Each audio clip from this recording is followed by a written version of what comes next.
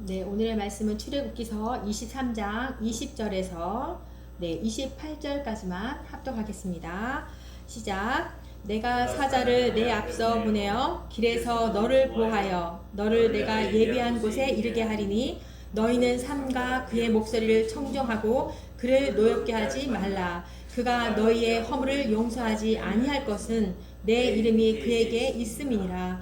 내가 그의 목소리를 잘 청종하고 내 모든 말대로 행하면 내가 내 원수에게 원수가 되고 내 대적에게 대적이 될지라. 내 사자가 내 앞서 가서 너를 아모리 사람과 헷 사람과 브리스 사람과 가나안 사람과 휘 사람과 여부스 사람에게로 인도하고 나는 그들을 끊으리니 너는 그들의 신을 경배하지 말며 섬기지 말며 그들의 행위를 본받지 말고 그것들을 다 깨뜨리며 그들의 주상을 부수고 내 하나님 여호와를 섬기라. 그리하면 여호와가 너희의 양식과 물에 복을 내리고 너희 중에서 병을 제하리니 내 나라에 낙태하는 자가 없고 임신하지 못하는 자가 없을 것이라. 내가 너의 날수를 채우리라. 내가 내 위엄을 내 앞서 보내어 내가 이를 곳에 모든 백성을 물리치고 내 모든 원수들이 내게 등을 돌려 도망하게 할 것이며 내가 왕벌을 내 앞에 보내리니 그 벌이 휘 족속과 가나안 족속과 헷 족속을 내 앞에서 쫓아내리라. 아멘. 네, 하나님께서 강권적인 그런 의지로 인하여서 이스라엘 백성들을 출애굽을 시킵니다. 그래서 3개월이 되던 날에 시내산에 이르게 하셔서 하나님의 백성으로 지켜야 될 그 율례들을 주십니다. 그저 십계명과 시민법과 제사법으로 구체적으로 이스라엘 백성들에게 알려주십니다. 앞으로 들어가야 할 땅, 그 축복의 땅, 기업의 땅인 가나안 땅에서 그들이 지켜야 할 규례들이었습니다. 네, 지금 이스라엘은 애굽에서 탈출해서 이 시내산에서 도착을 하여서 지금 머물고 있는 상태입니다. 그래서 하나님께서 이 시내산에서 이스라엘 백성들에게 강림하셔서 하나님께서 그 자신의 크신 능력으로 백성들을 구원하신 뜻을 또한 말씀하고 계십니다. 이스라엘 백성들이 지금 어디에 있다고요? 지금 시내산에 있습니다. 네, 주전 1446년도에 애굽에서 나오기를 했지만 광야에서 이스라엘 백성들이 어땠습니까? 네, 홍해가 막혀서 또한 먹을 것이 없어서 물이 없어서 또 전쟁 앞에서 이들은 항상 불만과 그러니까 원망하는 그 백성들이었죠. 그러한 백성들 가운데 하나님께서는 그들을 불기둥으로 구름기둥으로 보호하여 주시고 또 필요에 따라서 다 채워주시면서 네, 마침내 시내산에 이르게 되었습니다. 그러면서 출애굽기서 19장의 말씀이 있죠.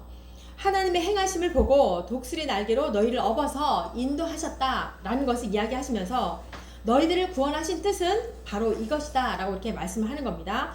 여호와 하나님을 믿고 순종할 때 자기 백성으로 삼으시겠다라는 그런 언약의 말씀을 하시는 겁니다. 모든 세계가 다 내게 속하였나니 너희가 내 말을 잘 듣고 내 언약을 지키면 너희는 모든 민족 중에서 내 소유가 되겠고 제사장 나라가 되겠고 거룩한 백성이 될 것이다. 이렇게 언약된 말씀을 하시는 거예요.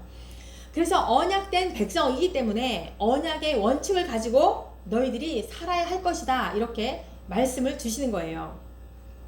그래서 지금 이곳 시내산에서 율법을 주시는 거죠. 율법은 이제 애굽에서의 노예의 삶을 다 청산을 하고 하나님의 백성으로 거룩하게 살기 위함으로 율법을 주신 거예요. 애굽에서는 이렇게 비록 나왔지만 이제 앞으로 어때요? 가나안까지의 그 여정도 마찬가지로 고난과 위험이 가득한 길이었습니다. 네, 하나님께서 이렇게 말씀하시는 거예요. 오늘 본문 말씀처럼 20절 내가 사자를 내 앞서 보내어 길에서 너를 보호하고 너는 내가 예비한 곳에 이르게 하겠다. 이렇게 말씀하시는 거예요. 하나님께서는 이렇게 이스라엘 백성들을요 출애굽 시켜서 광야에 그냥 내버려 두시는 게 아니라 홀로 보내지 않으시고 여호와의 사자가 그들과 함께 동행하는 모습이에요. 가나안 그 목적지까지 너희를 보호하고 앞서서 예비한 곳에 내가 이르게 하겠다 이렇게 말씀하시는 겁니다. 그러니까 이러한 말씀을 듣는 백성들은 참으로 위로가 되었을 것이고 든든했을 것입니다. 네, 하나님께서 또 이렇게 말씀하십니다. 여기에서 말하는 여호와의 사자가 누구일까요? 자, 21절. 너희는 삼가 그의 목소리를 청종하고 그를 노엽게 하지 말라. 그가 너희의 허물을 용서하지 아니할 것은 내 이름이 그에게 있음이니라. 네, 하나님의 이름을 가진 사자라는 건데 구약에서는 하나님의 사자를 천사, 선지자, 예언자 이렇게 부를 때 이렇게 여호와의 사자라고 표현을 했습니다. 그리고 신약에서는 사도들 그리고 목회자들, 관원들 이렇게 부를 때 이렇게 여호와의 사자 이렇게 표현했습니다. 근데 여기에서의 여호와의 사자, 야훼의 사자는 바로 천사의 모습으로 나타나신 예수 그리스도이심을 말씀하고 있습니다. 구약 성경에서도 여호와의 사자가 많이 나타났지요. 아브라함에게도 나타났고, 그리고 압복강, 그죠? 나루토에서 야곱과 밤새 씨름할 때도 그 사자가 나타났었습니다. 네, 하나님께서 이렇게 이스라엘 백성들에게 예수 그리스도 자신인 여호와의 사자가 이스라엘 백성들보다 더 앞서서 가실 것이고 예비한 곳으로 인도하겠다 이렇게 말씀하는 겁니다. 그러면서 이 사자의 목소리를 듣고 그를 노엽게 하지 말라 이렇게 말씀합니다. 그러니까 이 사자의 목소리, 이 사자의 메시지는 바로 하나님의 절대 영원한 것이고 또 이 메시지를 너희들이 청정하지 않게 되면 천국의 영생의 기쁨을 너희들이 누리지 못할 것이다 이렇게 말씀하는 것입니다. 그래서 그의 메시지는 앞서서 보내서 길에서 너희들을 보호할 것이고 이러한 너희들의 보호하심이 나의 여호와의 사자의 보호하심이 없이는 절대로 가나안에 들어갈 수가 없다 이렇게 말씀하는 거예요. 그리고 나서 예비한 곳으로 너희들을 이르게 하겠다. 그것은 어디입니까? 가나안 땅, 하나님의 나라, 천국인 거죠. 그래서 이렇게 하나님의 언약이 성취되도록 해주는 일을 하는 것이 바로 사자의 임무인 거예요. 그래서 예수님께서는 이 십자가의 사건으로 언약을 성취하셨습니다. 네, 현재 우리에게도 하나님의 사자의 역할이 구원 사역을 잘 감당하여야 하는 것인데 또한 이러한 구원의 메시지를 듣지 아니하고 거부를 하면 어떠합니까? 영원한 심판에 임할 것이다라고 경고를 하고 있는 것입니다. 네, 우리들도 마찬가지로 이스라엘에게 그랬던 것처럼 우리도 주의 사자의 인도함을 항상 받아야 할 것입니다. 하나님께서는 이렇게 가나안 땅에 들어가면 무엇보다도 그들이 섬기는 이방 우상을 섬기지 말라라고 이렇게 말씀을 하고 있는 거예요. 오직 나 여호와 하나님만을 섬겨라 이렇게 말씀을 하는 거죠. 그래서 그 명령을 너희들이 잘 청정하고 지키는 선민들에게 주시는 축복을 언약을 하고 계시는 거예요. 22절 말씀. 내가 그의 목소리를 잘 청정하고 내 모든 말대로 행하면 내가 내 원수에게 원수가 되고 내 대적에게 대적이 될지라. 네, 이렇게 너희들이 내 말을 잘 듣고 순종하게 되면 모든 대적자들을 내가 앞서서 처단해 줄 것이다. 이렇게 언약을 하시는 거예요. 우리 인생 가운데 싸워서 이겨야 될 대적들이 많지요. 네, 많아요. 엄청나게 많아요. 무엇보다도 죄와 죽음의 권세는 오직 창조주 하나님께서 우리의 앞서서 없애 주셔야만이 우리가 우리 인생 가운데 의미 있고 가치 있게 살 수가 있는 거예요. 오직 하나님만을 섬기는 사람들에게만 이 죄와 죽음에서 이길 수가 있는 겁니다. 왜 그렇습니까? 모든 전쟁은 하나님께 속한 것이기 때문입니다. 그래서 우리가 예수 그리스도를 나의 주인으로, 나의 친구로 모셔드리고 그렇게 사는 사람들만이 인생의 승리의 기쁨을 누릴 수가 있는 것입니다. 네, 25절 말씀. 내 하나님 여호와를 섬기라. 그리하면 여호와가 너희의 양식과 물에 복을 내리시고 너희 중에서 병을 제하리니. 기근과 전염병은요, 그 고대 세계에서 민족의 흥망성쇠를 좌우하는 대재난이었어요. 그런데 하나님께서 뭐라고 말씀합니까? 나에게 충성하는 너희들에게 이와 같은 자연재해로 인하여서 닥치지 않을 것을 언약에 말씀을 하고 계시는 거예요. 하나님께서 이렇게 영적인 세계뿐만이 아니라 세상 만물의 주인이시기 때문에 인생 가운데 물질적인 그런 행복까지도 다 보장하실 수가 있는 것이지요. 네, 26절 말씀. 내 나라에 낙태하는 자가 없고 임신하지 못하는 자가 없을 것이라. 내가 너의 날수를 채우리라. 하나님을 섬기는 자들에게 물질적인 풍요와 건강과 장수까지 이렇게 약속을 해주시면서 뭐라고 말씀하는 거예요? 이스라엘 민족들의 번성까지도 언약을 해주시는 겁니다. 네, 후손들이 빈약하면은요, 그 빈약한 가문이나 이렇게 빈약하게 되면은 역사의 주인공을 만들어낼 수가 없어요. 네, 이처럼 네, 하나님께서는 우상을 피하고 오직 하나님만을 섬기는 성도들에게 영적인 부분, 물질적인 부분, 역사적인 승리자가 되게 해주신다라고 이렇게 말씀을 하고 계시는 겁니다. 네, 이렇게 하나님만을 섬기는 그 삶이 어떠한 삶일까요? 앞서서 말한 것처럼 내가 사자를 내 앞에 보내겠다 라는 그 말씀, 우리가 하나님의 사자를 잘 영접을 해야 합니다. 그래서 여호와의 사자가 말하는 그 모든 것들을 우리가 다 수용하고 받아들여야 된다는 거예요. 그러면서 24절에 말한 것처럼 우상 숭배를 피하는 삶을 사셔야 되는 거예요.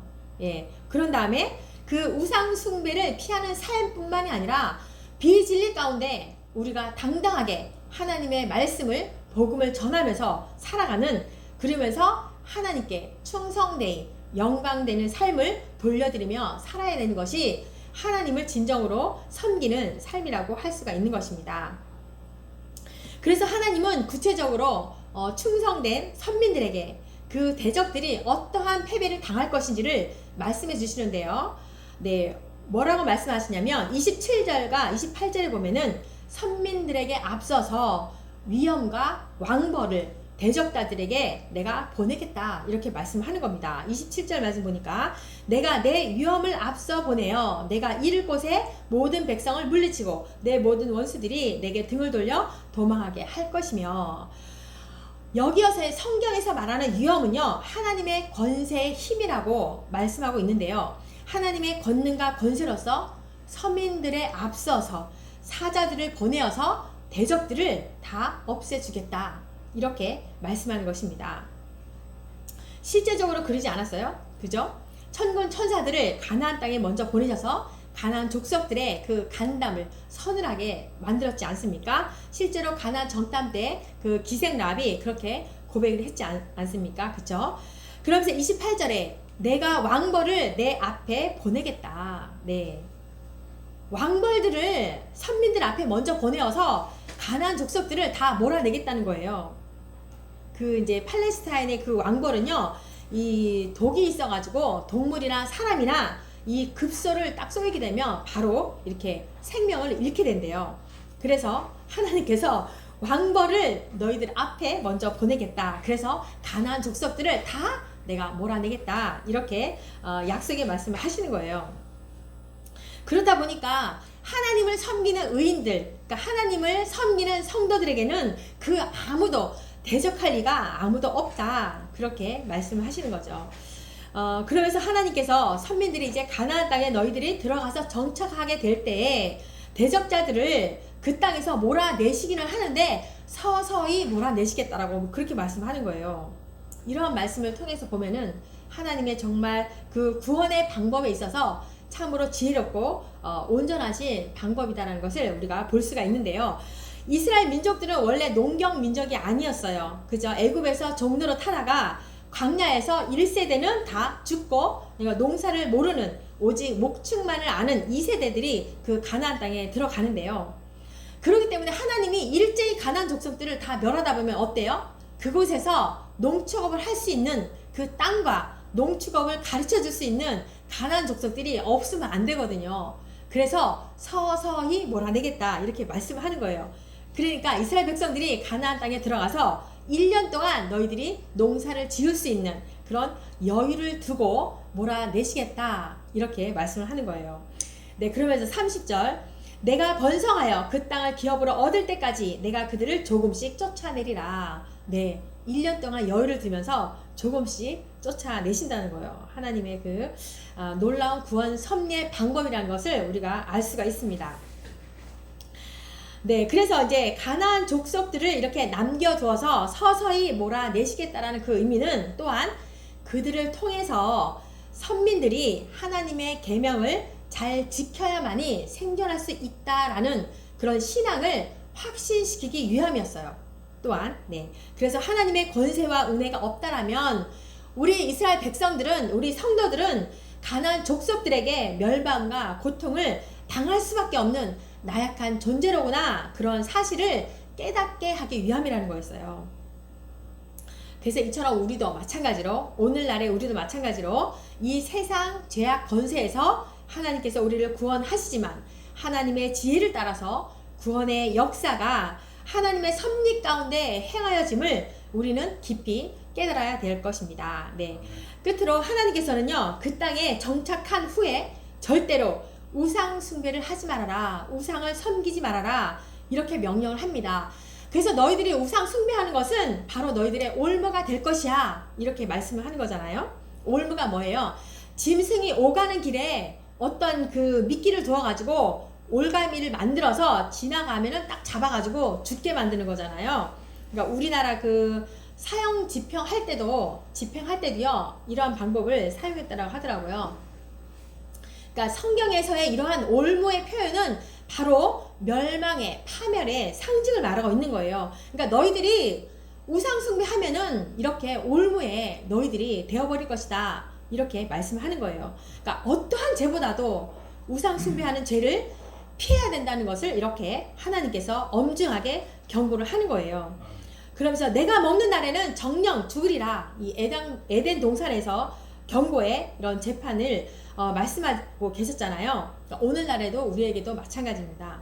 하나님보다도 더 세상을 살아가는 것은 우상 숭배입니다. 그러니까 그 길로 가는 자들은 누구라도 멸망과 영벌을 면치 못할 것이라고 말씀하고 있습니다.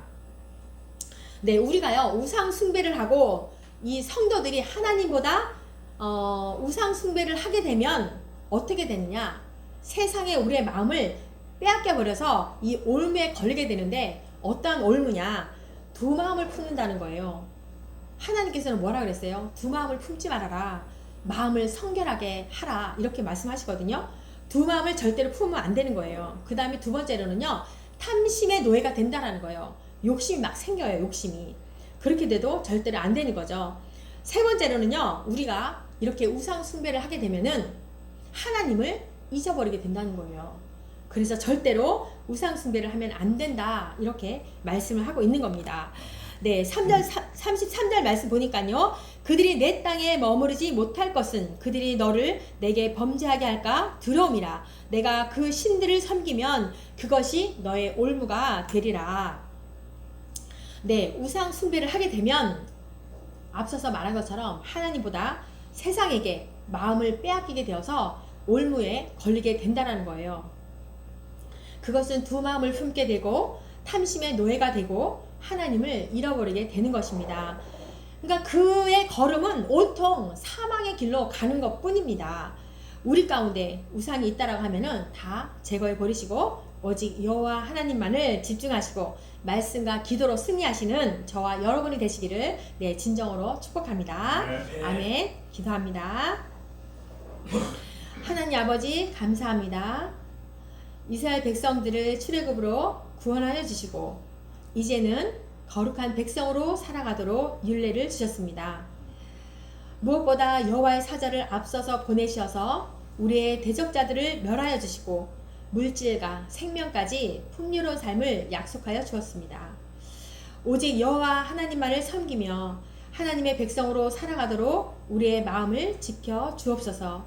세상이 말하는 대로, 세상이 변하는 대로가 아니라 하나님의 말씀에 근거하여서 마음을 잡고 살아가도록, 또한 하나님께서 앞서서 승리로 이끄시는 놀라운 은혜에 감사하여서 진리만을 부르짖으며 나아가게 하여 주옵소서. 여호와의 사자가 당신의 백성들을 올무에 걸리지 아니하도록 믿음의 여정 가운데 보호하여 주셔서 예비한 땅 천국에까지 이르게 하심을 감사를 드리며 오직 여호와의 명령에 귀 기울이게 하시고 순종하게 하셔서 우리의 사명인 예수 그리스도를 전하는 전달자로 끝까지 사명을 다하는 우리의 모습들이 될 수 있도록 함께하여 주옵소서. 감사를 드리며 예수님의 이름으로 기도합니다. 아멘.